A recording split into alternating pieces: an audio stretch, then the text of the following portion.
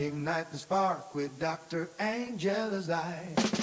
Step into the future shining bright. Helping students reach new heights. Wellness care with Rob, you so right. Business with my boo, we take the lead. Hello, everyone, and welcome to Ignite with Dr. Angela. On this podcast, we discuss people's next phase into their age 50, and we talk about their next phase, their best phase. We talk about their love, their life, their reinvention. The next phase can be your best phase. Today is very special. I am talking to my first guest. Happens to be my husband and my business partner and a wonderful man, Rob Ruley. And along with us, we have Dr. Val. Hello. The famous Dr. Val. Hello. I don't know how famous I am, but anyway, go ahead. So I'm so glad to have you here as my first guest, Rob, sweetie. Thank you for having me today. Okay. So why don't you start off about telling us a little bit about yourself and your next phase? Well, to tell you about myself for 50 years. There you go. I was born and raised in Illinois, north of Chicago. So just so you know, we didn't have any black folk where I kind of grew up there.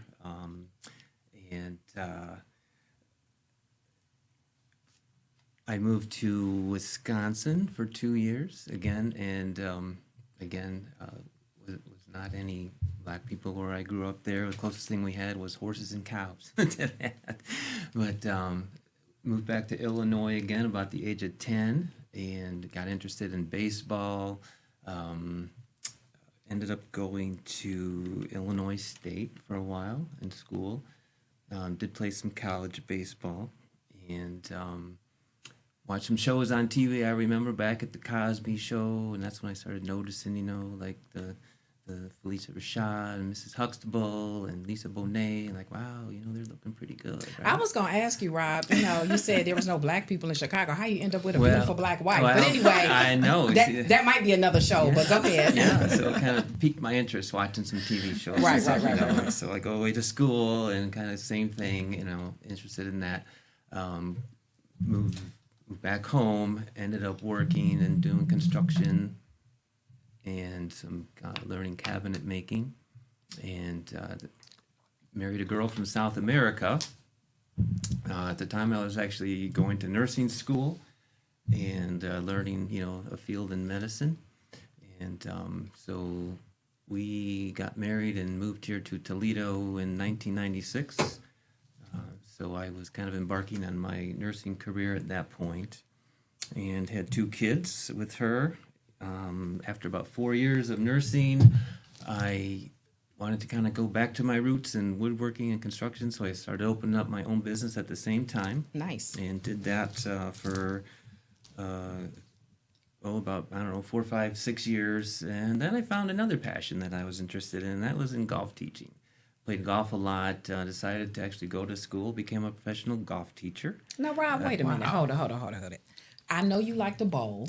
Yes. I'm learning today about baseball. And now you're saying golfing? So what, Rob? Are you like All-American? Yeah. So, Angela, what's going on? What sport don't you like, Rob? Hockey. Okay. All right. I'm sorry for interrupting. Go ahead. Hockey and soccer weren't big with me. Yeah. Okay. Most all I played.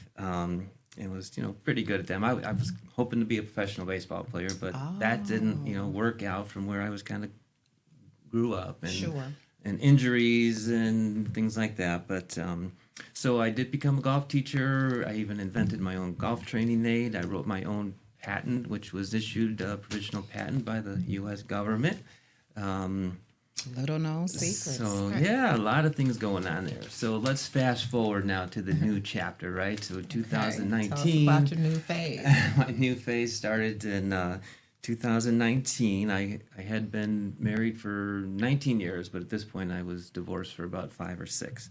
And this is where I met this beautiful woman here, Angella, smart, successful, kind, thoughtful, caring, gentle, a great I didn't mom. pay him to say all that. I know. I was going to say, does he talk to you like that at home? My goodness. Go ahead, Rob. A great cook. So, I found all the things I was missing in my marriage. And so, despite all those shortcomings, I not only married her once, but twice, because we had a COVID wedding. We did. And then we had our real wedding the next year. We did. So, we shared medical background, we shared teaching, and we both played a lot of sports, so we had a lot in common. Nice. And so here today, 6-7 years after we met, we are running this weight loss clinic together, and that's called Brilliance Wellness Care, as you know.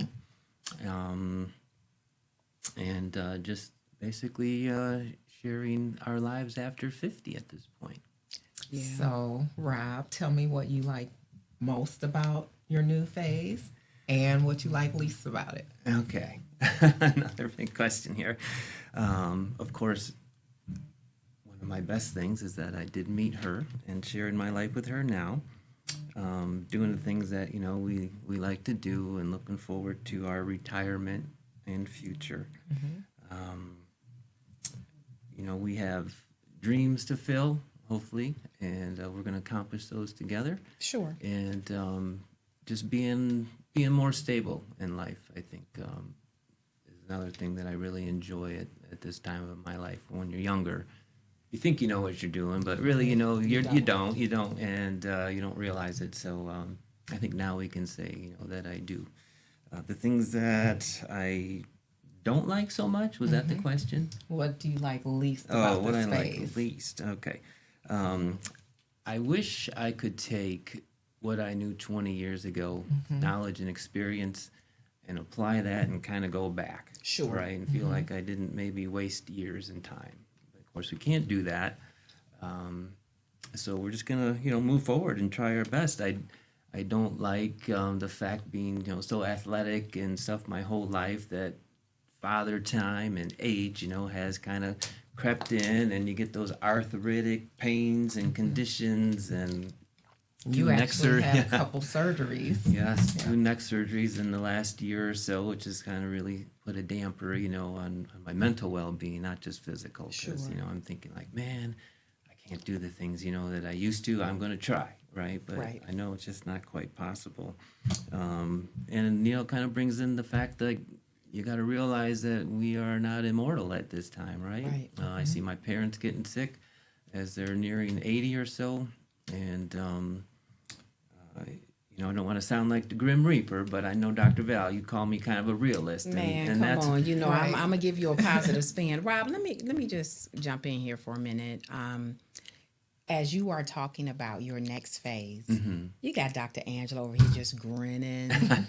You are happy. It is, as a single woman, it is very refreshing for me to see a couple this age, and you guys are really happy with one another. A lot of married couples, I know they trying to get away from their mate. They trying to take the long ride around the Kroger so they don't have to get back home.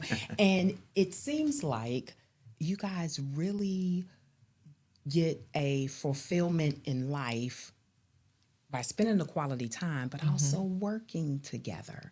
So are there any challenges, because you see so much of your mate, you guys see each other at home, but then you're in the office together. And I heard through the grapevine that you building a house, and so you're trying to make Dr. Angela sweat her hair out. So my question is, Building walls. do you ever get sick of each other? That's what I really want to know. Well, I guess I can't say that there's not a moment or two like that. Sure, Neither one of us are people that like to have arguments or fights. But I think sometimes what comes into play there, to answer your question, is that, we both kind of have the to-do list, very busy, a lot going on. And maybe sometimes the communication isn't there the way I would like it to be. So, it's like she's kind of got the things that she wants to do and makes her decisions, and I'm overdoing what I want to do, making my decisions. But in the end, sometimes I think there's times that I wish we could have talked about these things together. Sure, and made the decision together. Yeah. So that might spark a few little Oh, yeah. issues that Yeah. I think you might be looking for. That makes sense. And this is the Next Phase podcast. And so I know that this is your next phase. But my question is, and then after that, I won't say much else. But if I were to get married today, I got a 50% chance, right, of staying married. You know, all the stats say that. What advice do you have for the singles out here who still kind of want that desire, have that desire to meet their long-term partner, and especially since we talk about the second phase of your life, what advice would you have? Like, how do you keep the fire burning? How do you maintain a healthy, happy, spiritual, relationship that gives you the return on investment? And I mean, that's really I know it's your time, but that's really a question for both of you. I think in that next phase, especially after you've experienced a previous marriage and you've found what things you didn't particularly like in that relationship, I think when you find another relationship, you know what things to, like some things you may have taken very serious in a previous relationship. Maybe some of those things aren't quite as important. And maybe there are other things that are more important. I would say for people to keep their options open. Don't be narrow in what you're looking for. Maybe what you're looking for might not, or what you thought you were looking for might not be the answer. Maybe there's something someone has that you never thought that you would want. Yeah, so something new. Yeah. What about you, Rob? If I was to speak in, I guess, cliches sometimes, I hate doing that, That's but, okay. communication has got to be, like, right up there at the top. And I just mentioned that before, right? So communicating, not being stubborn, bullheaded, having some big ego maybe, just sharing things, and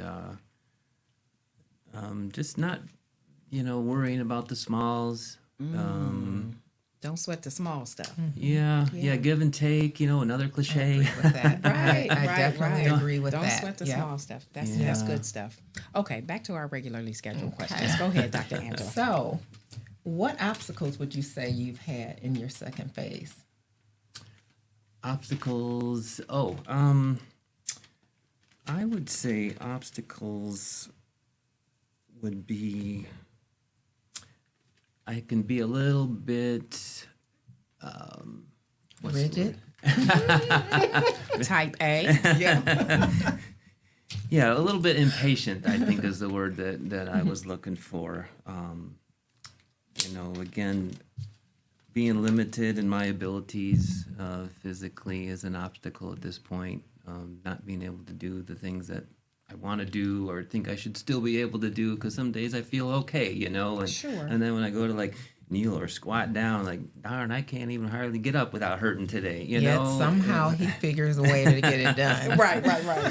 Yeah. And one other thing, I kind of grew up where money was kind of high on the list.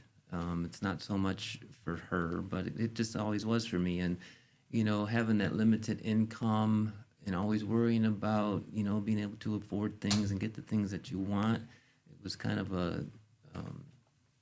it limited me, maybe in the choices and the decisions that I could make and trying to prepare for my future. Sure. And retirement and stuff like that. And before you know it, here we are now. I'm 57 going on 58, and I won't tell you how old she is. But, I think... I'm getting him. Right. So just the obstacle of maybe finances is something that I've thought about. I wish I could have done better. Started doing that, putting away money like you're supposed to do, But it sounds and looks like, Rob, that you've done a pretty decent job of overcoming that obstacle. I know a few minutes ago you just talked about your hobby of woodworking. And Dr. Angela, I guess this is one of Rob's ways of saving money. I don't know if you know this, but Rob took me on a tour of your new massage parlor where you're going to be renting out spaces. And I was just so taken aback. It is absolutely beautiful. So, Rob had to brag and tell me, I did the woodwork and I did this and I did that. And it really is beautiful. And Rob, if it was suspect or if it was just average, I wouldn't mention it. But it is absolutely gorgeous. Just the detail and all of that. And I say all that to say, I bet it would have cost a lot of money to contract with someone to do that. So it seems like you are finding creative ways to overcome your obstacles. You are using your hands to really put in sweat equity in some of you and Dr. Angela's businesses so that you wouldn't have that particular bill. And I think that's beautiful that, Rob, that you have that skill, a woodworking nurse, you got all kind of stuff going on. So I think that's what's important. My whole mantra is SOAR, surviving obstacles, attaining rewards. So you have learned how to survive that financial obstacle. And the reward, one, you got bragging rights. I did this woodwork, but then it's helped you on the financial end. So I commend you for that, Rob. Well, thank you. And actually, that's something else that was instilled within me from my parents. Sure. Like, I grew up watching my parents, my dad, do everything, fix everything, watch every nickel they spent. So I've learned to do the same. It's not just woodworking, building,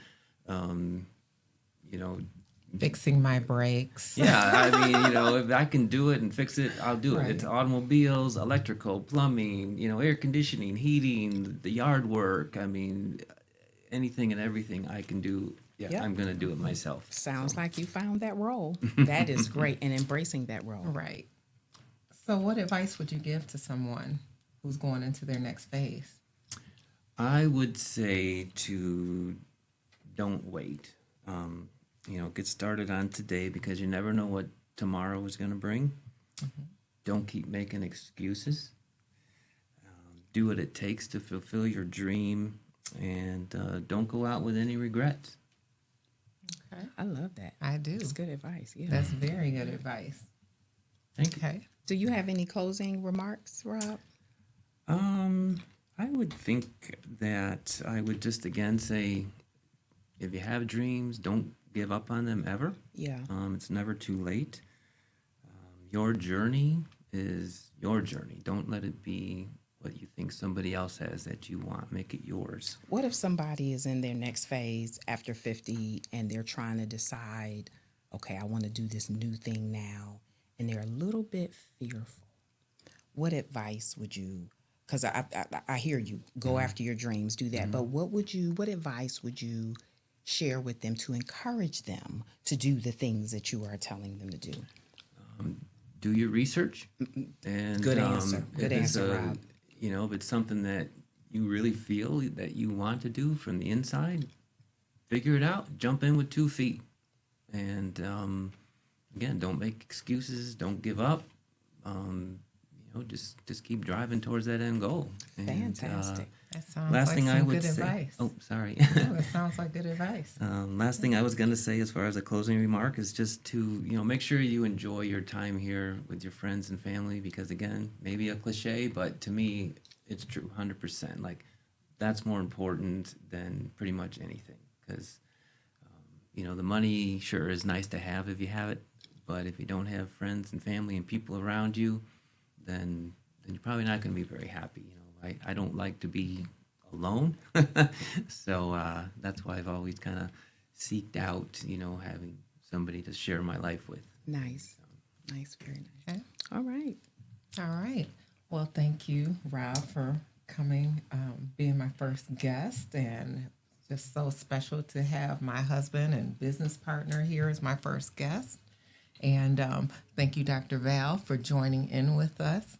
And thank you, listeners and viewers, for joining us on Ignite with Dr. Angela. Let's talk about it. Thank you. Well, this pair with Rob feels so right.